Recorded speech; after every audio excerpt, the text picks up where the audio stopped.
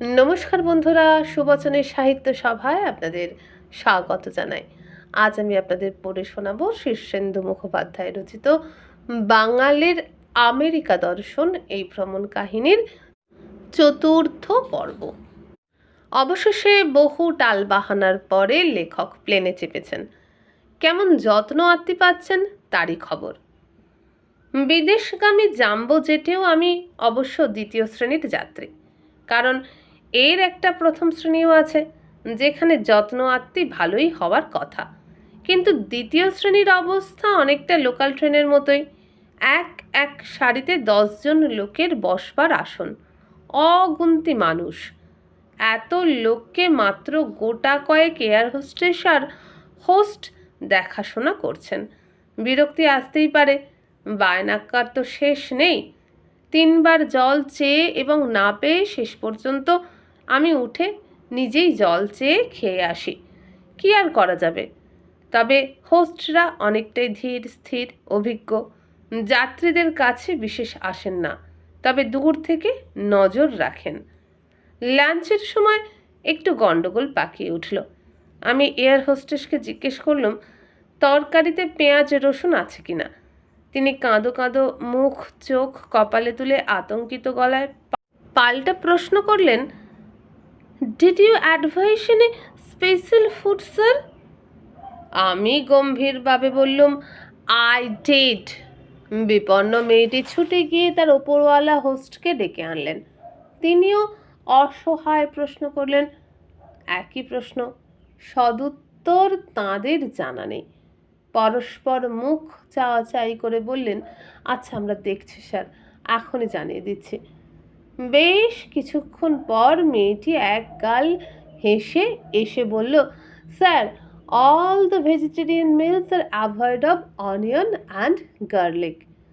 ততক্ষণে অবশ্য নিজের ঘ্রাণেন্দ্রিয় এবং ষষ্ঠ ইন্দ্রিয় যদি কিছু থেকে থাকে কাজে লাগিয়ে আমি ব্যাপারটা ধরে ফেলেছি এবং খাওয়া প্রায় শেষ।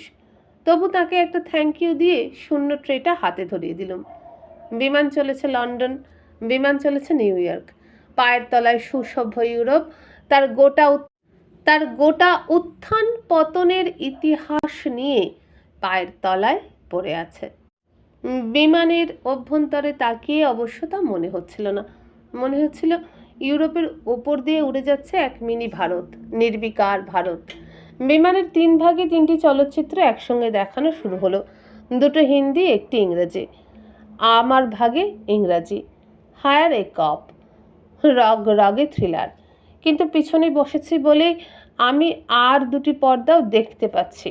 শব্দ নেই, শব্দের জন্য ইয়ারফোন রয়েছে।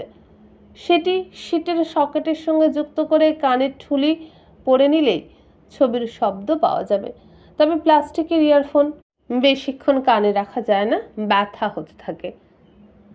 এরোপ্লেন বিষয়ে আমার প্রাথমিক অভিজ্ঞতার সঙ্গে এই অভিজ্ঞতার পার্থক্য প্রায় প্রস্তর যুগের সঙ্গে জেট যুগের। 30 যুগে যারা জন্মেছেন তারা বিজ্ঞানের নব নব বিস্ময়কর কাণ্ড কারখানা বড্ড বেশি প্রত্যক্ষ করেছেন। তাদের জীবৎকালে দুনিয়া প্রায় পাগলা ঘোড়ার মতো প্রগতির পথ অতিক্রম করছে। পরমাণু বোমা থেকে শুরু করে চাঁদে মানুষ অবধি কত কাণ্ডই না ঘটে গেছে ইতিমধ্যে। তবে আমরা যারা ভারতবাসী তাদের কাছে এইসব আবিষ্কার বা প্রগতি ততটা প্রত্যক্ষ নয় যতটা পরোক্ষ। আধুনিক জাম্বো জেটে ঘন্টায় 900 কিলোমিটার বেগে লন্ডনের দিকে উড়ে যেতে যেতে আমার মনে হলো পরশুও আমার বাড়ির পাশে ঝুপড়ির আধ ল্যাংটো বাচ্চাকে দেখিনি কি, নাকে হাত দিয়ে হাঁ করে আকাশমুখ তাকিয়ে প্লেন দেখছে। এখনও প্লেনের শব্দ পেলে গাঁয়ের শিশুরা খেলা ফেলে আকাশে তাকিয়ে থাকে নিষ্পলক। কি ওটা? কারা যায় ওতে চেপে? কোথায় যায়? কি করে ওড়ে? দমদম হাওয়াই আড্ডায় আন্তর্জাতিক বেড়া ডিঙোনোর পরেই ভারতীয় মুদ্রা অচল হয়ে গেছে। এখন আমার নির্ভর $520 ওপর। $70 নগদ, বাকি $450 ট্রাভেলার্স চেকে। এই বোধোদয় হওয়ার পর থেকেই আমি বেশ কৃপণ হয়ে গেছে। একটা কোক, স্প্রাইট বা 7 আপ কিনে খেতেও ভয় হচ্ছে।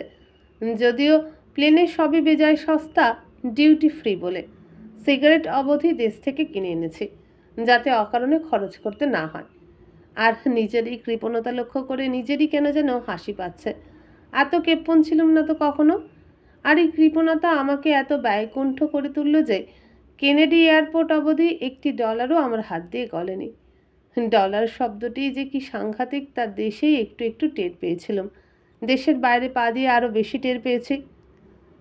আমার ব্যাঙের আধুলি $520 সম্বল বলে সবসময় মনটা একটু ডলারমুখী হয়ে থাকতো বটে, কিন্তু বিদেশে পা দিয়ে দেখেছি যারা খোলামকুচির মতো ডলার আয় করে তারাও ডলার উন্মুখ হয়ে থাকে। দুনিয়ায় রাজা যদি কেউ থাকে এখন, তবে তার নাম ডলার। ডলার মা বাপ, ডলারই সব। ডলার সম্বন্ধে এই জ্ঞানোদয় আমার বিদেশ ভ্রমণের এক মস্ত শিক্ষা। বিমান চলেছে লন্ডন, বিমান চলেছে নিউ ইয়র্ক, আকাশে অশেষ রোদ্দুর, দিন বড় হতে হতে চলেছে। ঘড়িতে কলকাতার সময় রেখে দিয়েছি, ইচ্ছে করেই সময় বদলায়নি। ঘড়ির কাঁটা অপরাহ্নের সংকেত দিচ্ছে, কিন্তু বাইরে এখনো সকাল, নিচে সবে ভোর হচ্ছে। বিমান চলেছে লন্ডন, বিমান চলেছে নিউ ইয়র্ক। কখনো ঝিমুনি আসছে, ফের চটকা ভেঙে উঠে বসছি।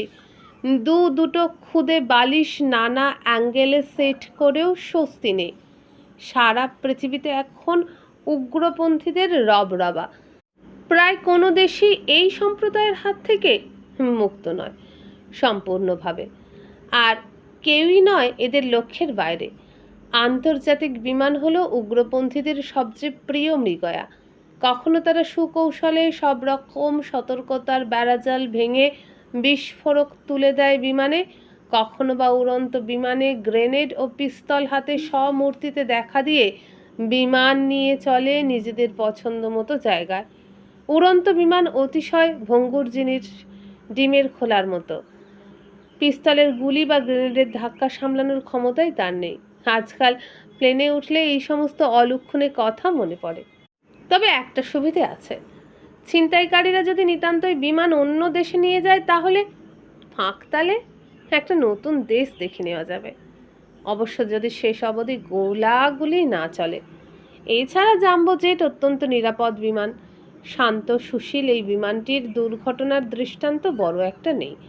সারা পৃথিবীতে প্রায় সব দেশেই বোয়িং 747 বা জাম্বো জেট খুবই নির্ভরযোগ্য আকাশযান।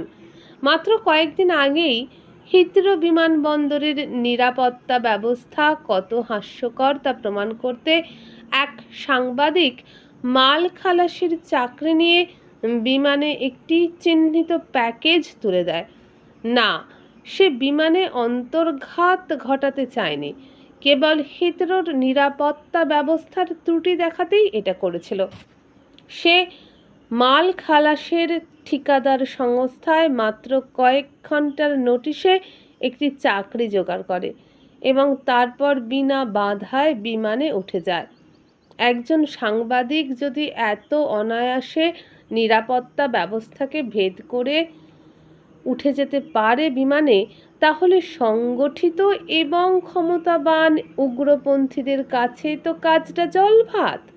ইলেকট্রনিক্স যন্ত্র বা এক্স-রে বসিয়ে যাত্রীদের হাজারবার তল্লাশি করেও লাভ নেই, অন্তর্ঘাত তার রন্ধ্র খুঁজে নেবেই।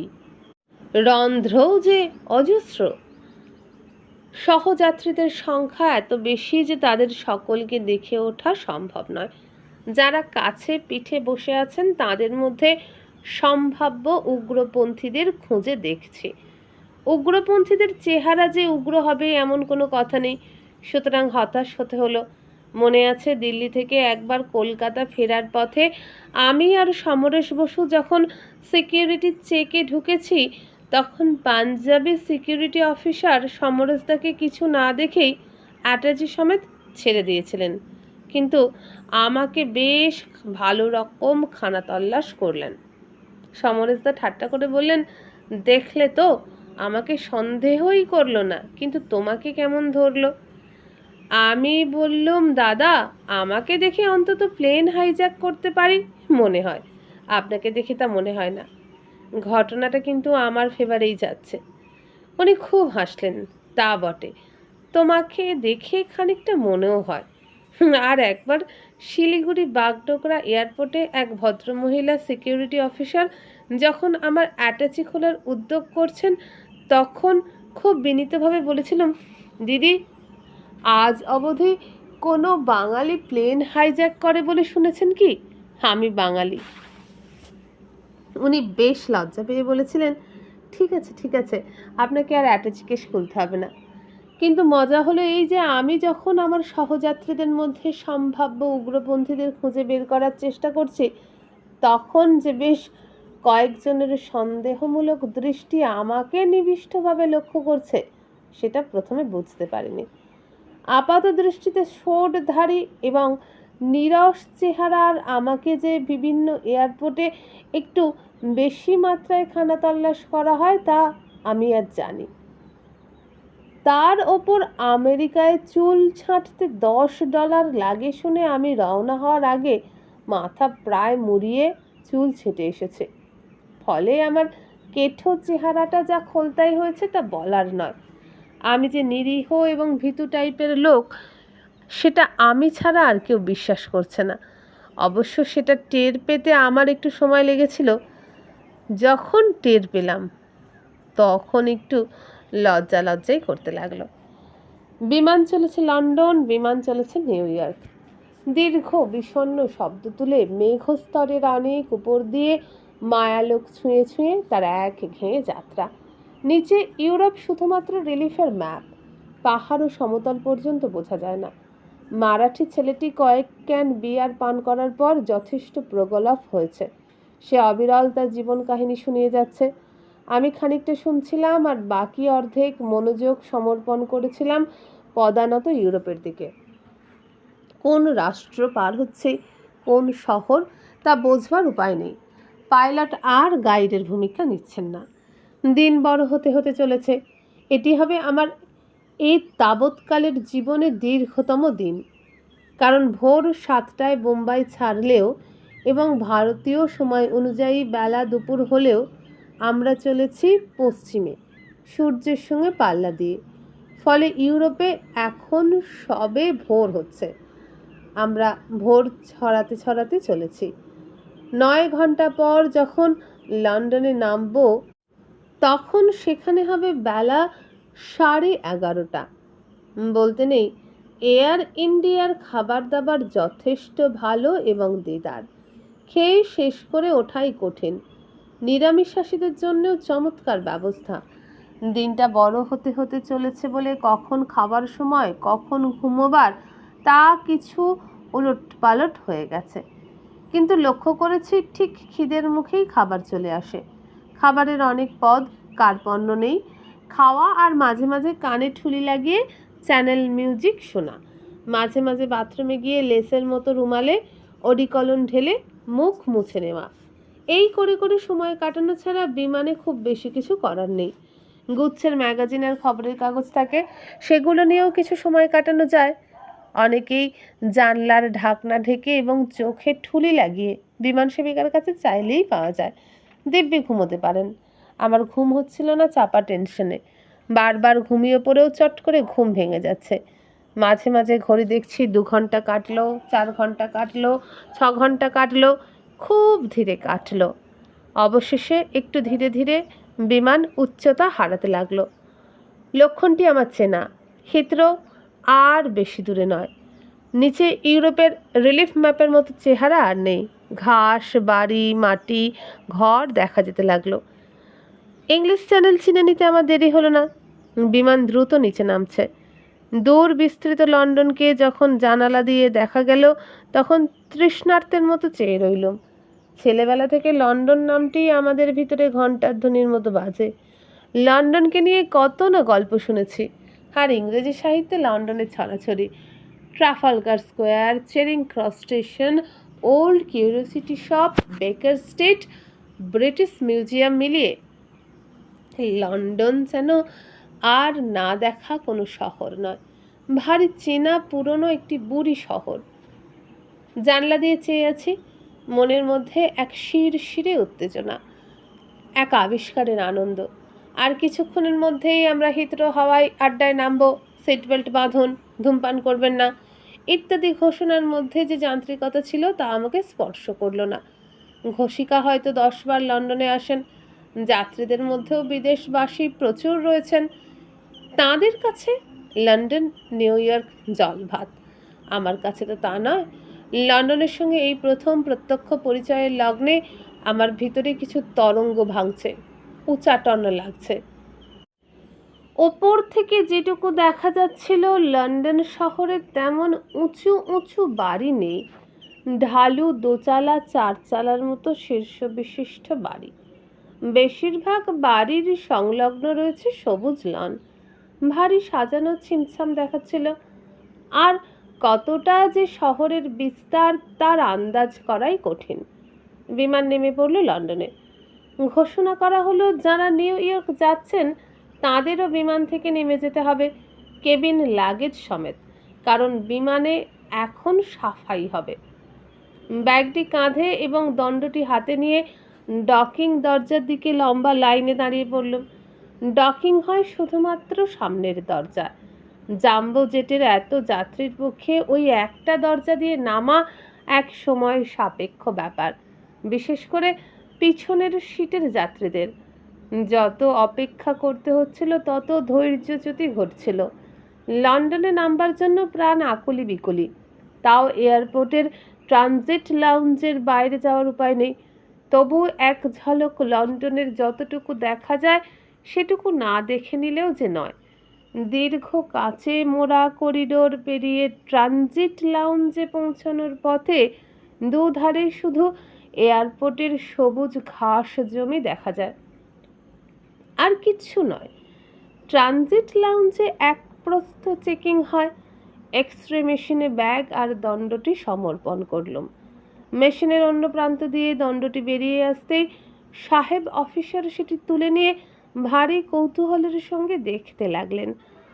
What is this? A stick, holy stick. British অফিসারটি দণ্ডটি খাপ থেকে খুলে মুগ্ধ চোখে খানিকক্ষণ চেয়ে রইলেন। স্টেনলেস স্টিলের মাথাওয়ালা দণ্ডটি দেখতে এত সুন্দর যে বোম্বাইয়ের সিকিউরিটি অফিসারও আমাকে বলেছিলেন, it's a beautiful stick sir, where have you got it? ব্রিটিশরা বোধহয় আগের মতো আর গোমরামুখ নেই। এই সাহেবটি লাঠিটি তুলে নিয়ে দু একবার সুইংও করলেন, তারপরে মিষ্টি হেসে ফেরত দিলেন। Thank you sir. হিথ্রোতে তখন ঠিক ঠিক করছে লোক। দমদম, দিল্লি, বোম্বাই, মাদ্রাজের বিমানবন্দরগুলি থেকে হিথ্রো বা JF কেনেডি এয়ারপোর্টের ব্যস্ততার ধারণাও করা যাবে না। লন্ডনের হিথ্রো বা নিউ ইয়র্কের কেনেডি এয়ারপোর্টে প্রতি সেকেন্ডেই কোনো না কোনো বিমান নামছে বা উঠছে। সমস্ত পৃথিবীর যাবতীয় বিমানের যেন লক্ষ্যই ওই এয়ারপোর্ট। তাই এই দুটি বিমানবন্দরের আকারও সুবিশাল, টার্মিনালও অতিকায়। বিভিন্ন বিমান কোম্পানির জন্য আলাদা টার্মিনাল রয়েছে, তবু একসঙ্গে 3-4টে বিমানের যাত্রী জড়ো থাকে সবসময়ই। হিথ্রোতে নিষিদ্ধ সীমানার মধ্যেই খানিকক্ষণ ঘোরাফেরা করল। ডিউটি ফ্রি শপ অগুন্তি, বেশিরভাগই মদের দোকান, আর এসব নিষ্কর দোকান থেকে ওই বস্তুই বিক্রয় সবচেয়ে বেশি। তৃষিতের মতো কাঁচের ভিতর দিয়ে বাইরে চেয়ে দেখলুম। কাছে পিঠে কোথাও কোনো বাড়ি দেখা গেল না। যতদূর চোখ যায় কেবল এয়ারপোর্টের মাঠ। তবু এ তো লন্ডনেরই মাটি, বুড়ি লন্ডন। কতকালের ইতিহাস বুকে করে আজও বেঁচে পড়তে আছে। সাহেব মেমরা খোলা রেস্তোরাঁয় বসে খাওয়া দাওয়া করছে, শপিং করছে।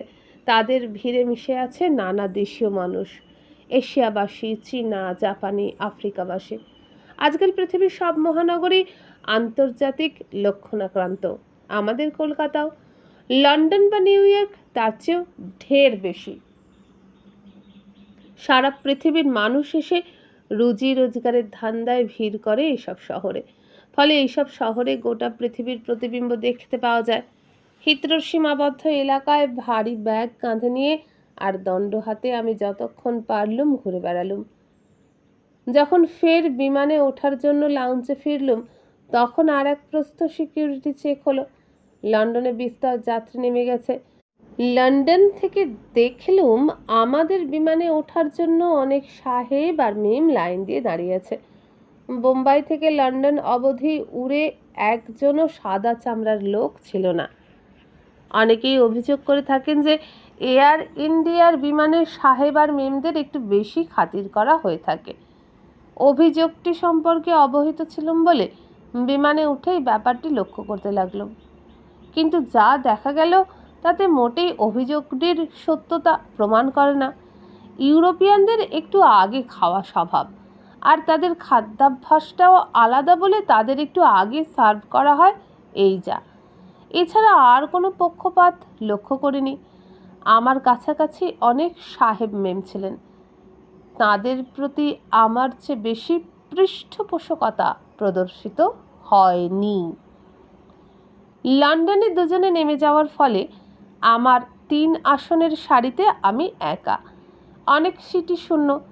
তার কারণ বোধহয় লন্ডন থেকে নিউ ইয়র্ক যাওয়ার অজস্র বিমান আছে বলে কোনো বিমানেই ঠাসাঠাসি ভিড় হয় না, যাত্রী ভাগাভাগি হয়ে যায়। গণ্ডগোলও অনেক কম। আমার সামনের আসনে একজোড়া সাহেব মেম বসা। তারা স্বামী স্ত্রী হতেও পারে, নাও হতে পারে।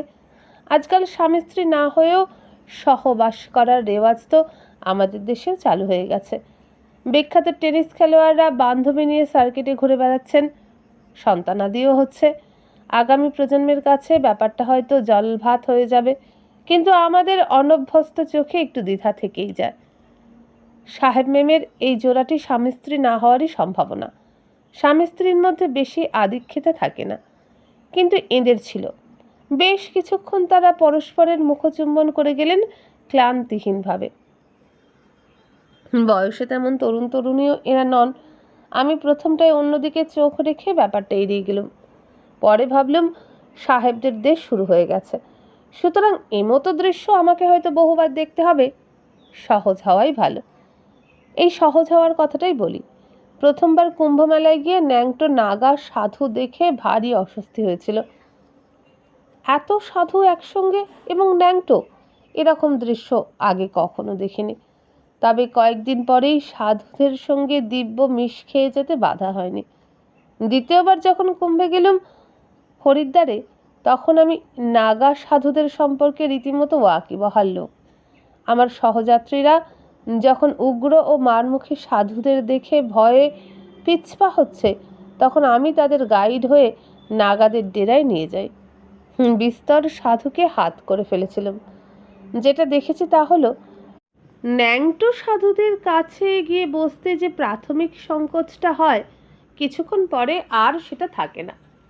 নিরাবরণ ব্যাপারটা অভ্যস্ত ও স্বাভাবিকই লাগতে থাকে। আমি প্রায়ই নাগা সাধুদের ডেরায় গিয়ে বসে বিস্তর আড্ডা দিয়ে এসেছি। হিথ্রো থেকে নিউ ইয়র্ক প্রায় 6 ঘন্টার পাল্লা, গোটাটাই অতলান্তিকের ওপর দিয়ে। এই সেই অতলান্তিক, যার ওপর দিয়ে আমাকে উড়ে যেতে হবে বলে আমার বউ ভারী ভয় পেয়েছিল। প্রায় ঘন্টা 3 হিথ্রোতে যাত্রা বিরতির পর বিমান দৌড় শুরু করতে যখন রানওয়েতে চলেছে, তখনই একখানা কনকর্ড বিমানকে আকাশে উঠে যেতে দেখলুম। জাম্বো জেট যে রাস্তা 6 ঘন্টায় যাবে, তার অর্ধেক সময় কনকর্ড পৌঁছে যাবে সেখানে। বিচিত্র বিশাল বিমানখানায় সাবলীল ওরা আমাকে ভারী মুগ্ধ করেছিল। ইহজীবনে কখনো কনকর্ডের যাত্রী হওয়া যাবে কিনা জানি না, তাই দেখিনি যতখানি পারা যায়। ভারতবর্ষের কখনো কোনো বিমান আড্ডায় কোনো কনকর্ড প্লেন নেমেছে বলে শুনিনি। তবে সম্প্রতি ঢাকায় একটি নেমেছিল এবং সেই সংবাদ বেশ ফলাও করে প্রচার করা হয়েছিল টেলিভিশনে। বিমান যাত্রীদের কাছে এখনও এক কাম্য বিস্ময়, এখনও অজানা অভিজ্ঞতা এই প্লেনটি। সময় কম লাগে বলে যাত্রীদের জেট ল্যাগ পোয়াতে হয় কম, সময় বাঁচে। তবে ভাড়া কী পরিমাণ গুনতে হয় তার আন্দাজ অবশ্য আমার নেই। রানওয়ের মুখে আমাদের বিমানকে বেশ কিছুক্ষণ অপেক্ষা করতে হলো। হিথ্রো অতিশয় ব্যস্ত বিমানবন্দর। মুহুর্মুহু প্লেন উঠছে নামছে। আকাশে তাকালে প্রায় সব দিকেই উড়ন্ত বিমান দেখা যায়। আদিগন্ত বিস্তৃত বিশাল বিমানবন্দরটির তুলনায় দমদম নেহাত গোষ্পদ মাত্র। অবশেষে ওড়বার সংকেত পেয়ে বিমানটি রানওয়েতে এসে দৌড় শুরু করলো। মুহূর্তের মধ্যে পায়ের তলায় রোদে ঝকঝক করে উঠল তার বনেদি বাড়িঘর, পার্ক, রাস্তা নিয়ে লন্ডন শহর। ঠিক কলকাতার মতো দোতলা বাস দেখা গেল একটি, দেখা গেল নদী, গাছপালা, তারপর ইংল্যান্ডের বিশ্ববিস্তৃত গ্রামাঞ্চল, কান্ট্রি সাইড। বিমান চলেছে পশ্চিমে, বিমান চলেছে নিউ ইয়র্ক। নিচে কিছুক্ষণ আয়ারল্যান্ডের ভূভাগ দেখা গেল, দেখা গেল সমুদ্রের খাঁড়ি, তারপর বিশাল ও বিপুল অতলান্তিক, মেঘ শূন্য, রৌদ্র করজ্জ্বল, নীলাভ জলরাশি, এক আধটা দ্বীপ। বিমান তার অভ্যস্ত উচ্চতায় উঠে যেতে লাগলো। পৃথিবীকে আবার অস্পষ্ট মানচিত্রে পর্যবসিত হয়ে যেতে হলো। তবে এবার শুধু জল আর জল, মাঝে মাঝে এক আধটা মন্থর জাহাজ। লন্ডন থেকে নতুন এয়ার হোস্টেসরা উঠলেন, নতুন পাইলট, নতুন যাত্রী। আবার লজেন্স এলো, চা এলো। আমার ঘড়ি অনুযায়ী কলকাতায় এখন বিকেল পেরিয়ে সন্ধে। বিমান থেকে দেখতে পাচ্ছি বাইরে এখন দুপুর, মোটে দুপুর। আজকের দিনে বেলাটা বড্ড বড় হবে। এত বড় দিন, অফুরন্ত দিন আমি আর কখনো দেখিনি। এ যেন সূর্যের সঙ্গী হয়ে চলা। বিমান চলেছে নিউ ইয়র্ক। নিচের ওই সমুদ্রপথ ধরে একদা কাঠের দাঁড় টানা জাহাজে ভারত আবিষ্কার করতে পাড়ি দিয়েছিলেন কলম্বাস। নিজের অজান্তে এক নতুন মহাদেশ আবিষ্কার করেছিলেন, আর সেই আবিষ্কার করতে গিয়ে কত হ্যাপাই না তাকে পোহাতে হয়েছিল। জাহাজে বিদ্রোহ, মৃত্যু ভয়, খাদ্যাভাব, প্রত্যাবর্তনে অনিশ্চয়তা। সেই পথ আমি মাত্র ঘন্টা 6 পাড়ি দিচ্ছি, গগন পথে। বিমানে লুকোনো বোমা বা হাইজ্যাকাররা না থাকলে কোনো ঝক্কিই নেই। সামনে খাবার, চাইলেই জল বা পানীয়। Hi Columbus! ভিতরে বসেও টের পাচ্ছিলাম আমাদের বিমান চলেছে সামান্য উত্তরমুখ হয়ে পশ্চিমে, অর্থাৎ কানাডার দিকে। জানলার পাশের আসনে বসে তৃষিত দুই চোখে আদিগন্তের বিস্তার দেখতে দেখতে হঠাৎ চোখে পড়ল বহু দূরে, অন্তত মাইল 5-7 তফাতে একটি কৃষ্ণকায় বিমান সমান্তরাল উড়ে চলেছে, তবে একটু নিচুতে। আকাশে আমরা যে একা নই তা দেখতে পেয়ে কেন যেন ভারী ভালো লাগলো। যতবার তাকাচ্ছি ততবার একই দূরত্বে এবং একই উচ্চতায় এবং একই গতিতে কৃষ্ণবর্ণ বিমানটিকে দেখা যাচ্ছে। কি অসহায়, কি সামান্য, কি ফং বেনে দেখাচ্ছিল বিমানটিকে। ওই আকাশ, সমুদ্র, মহাশূন্যের পশ্চাৎভূমিতে কত না পলকা মানুষের তৈরি হাওয়াই কল। ফড়িংয়ের মতো যাকে দেখতে পাচ্ছি তারও পেটের মধ্যে এমনই নরম গদির সুখাসনে যাত্রীরা বসে আছেন। পান, ভোজন, আমোদ সেখানেও দেখানো হচ্ছে ফিল্ম, প্রচারিত হচ্ছে চ্যানেল মিউজিক।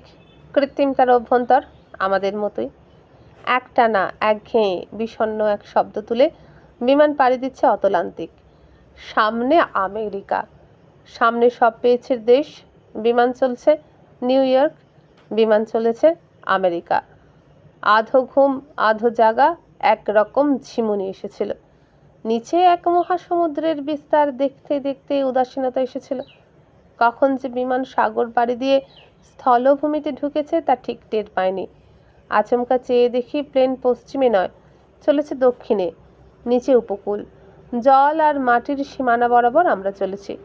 স্পষ্টই বুঝতে পারছিলাম বিমান কানাডার আকাশ সীমায় ঢুকছে।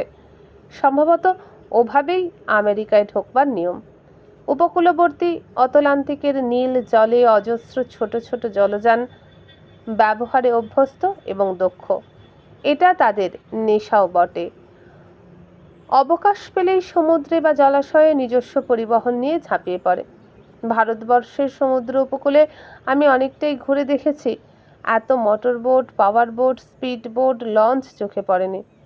অতলান্তিকের শান্ত জলে অজস্র রেখা টেনে কয়েক হাজার ওইসব বোট বিভিন্ন দিকে চলেছে। একটা শহর পেরিয়ে যাচ্ছি, প্লেন থেকেও সেই সব শহরের চমৎকার পরিকল্পনা এবং পরিচ্ছন্নতাও চোখে পড়ছিল।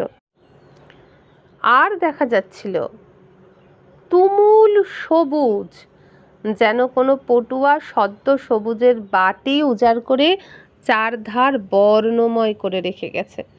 নীল সমুদ্র আর সবুজ স্থলভূমির মাঝ বরাবর দীর্ঘ বঙ্কিম ধূসর তটরেখা। অনেকক্ষণ বিমানটি উড়ে চলল তটরেখার ওপর দিয়ে, তারপর ধীরে ধীরে উচ্চতা হারাতে লাগলো। জুম হয়ে এগিয়ে এলো গাছপালা, প্রান্তর, নগর।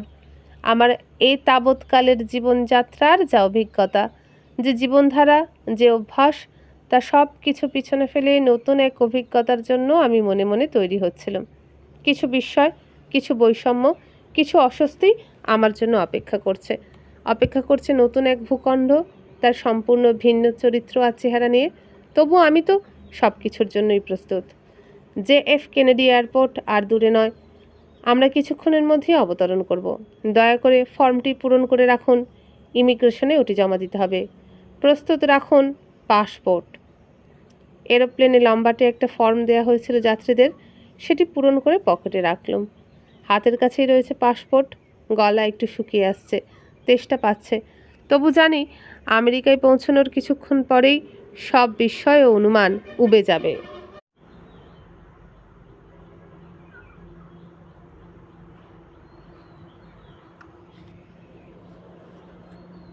বন্ধুরা, এখানেই শেষ হয়ে গেল আজকের 4র্থ পর্বটি। কেমন লাগছে আমাকে কমেন্ট করে জানান। আর যদি ভালো লাগে তাহলে একটা লাইক করে বন্ধুদের সাথে ভিডিওটি বেশি বেশি শেয়ার করবেন। এইরকমই আরও অনেক ভালো লাগার গল্প, নানা স্বাদের গল্প শুনতে চলে যান চ্যানেলের হোম পেজে। এই ভিডিওর নিচে যে বার আছে, যেখানে আমার নাম লেখা আছে, সেখানে ক্লিক করলেই হোম পেজে যাবেন। সেখানে পাবেন প্লেলিস্ট। সেখানে আমি আজ পর্যন্ত অনেক গল্প আপনাদেরই জন্য বিভাগ অনুযায়ী থরে থরে সাজিয়ে রেখেছি। সেগুলো শুনুন যতক্ষণ না নতুন গল্প আনছি। আর আমার চ্যানেলটিকে সাবস্ক্রাইব করে আমার মনোবল বাড়াতে সাহায্য করুন। আজকে তাহলে বিদায় নিলাম। নমস্কার।